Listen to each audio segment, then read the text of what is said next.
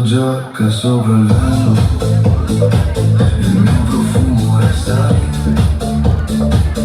ওরা হচ্ছে ও হচ্ছে সোহানা আর হচ্ছে ইয়ানা। তো আমারই দুইটা ভাগ্নি। সো ওরা আজকে পারফরমেন্স করেছে এবং ওরা একেবারেই নতুন, মানে ওরা মনে হয় 2 দিন রিহার্সাল করেছিল, কিন্তু ওরা অসাধারণ। আজকে দেখলাম যে প্রেজেন্ট ওয়ার্কের উপর ওরা র্যাম করেছে, র্যাম শোতে হেঁটেছে, আর সম্পূর্ণটা ছিল একদম প্রেজেন্ট। তো প্রেজেন্ট করাতে অনেক ভালো। তোমাদের কাছে কেমন লেগেছে বলো? ওরা কিন্তু অনেক ছোট, বাট একটু হাই হিল পরেছে থেকে লম্বা মনে হচ্ছে। অনেক ভালো লেগেছে, এটা আমার জীবনের প্রথম, তো একটু নার্ভাস ছিলাম, তো ভালো লেগেছে অনেক। কখন থেকে মামার সাথে আসলে এভাবে কাজ করা যে শিখতে হবে, ফ্যাশন শিখতে হবে? আমরা ছোটবেলা থেকে মামার সাথে, মানে মানে মামার যে ট্যালেন্ট সেটা ওরা পেয়েছে আর কি।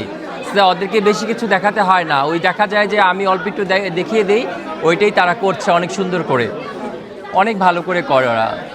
তো ওই মামার ইয়েটাই পেয়েছে। তুমি কোথায় পড়াশোনা করেছো? গুণটা। বা এখন কি করো? আমি স্টুডেন্ট, আমি কিছুই করছি না এখন। কোন ক্লাসে পড়ে বলো? আমি ক্লাস 6-এ পড়ি। একদম ছোট কিন্তু, ক্লাস 6-এ। আর বুড়ি বলো? আমিও সেম ক্লাস 6। ও সেম ক্লাস 6। পারিবারিকভাবে অনেকেই জেনেটিক ও তো হচ্ছে মানে এই দুজনেই আমার, মানে কি বলবো, মানে ছোটবেলা থেকে আমার হাতেই মানুষ, মানে ছোটবেলা থেকেই আমাদের কাছে। তো দেখা যায় যে ওইভাবেই ওদেরকে মেনটেন করছি, ওইভাবেই ওরা দেখে এসছে।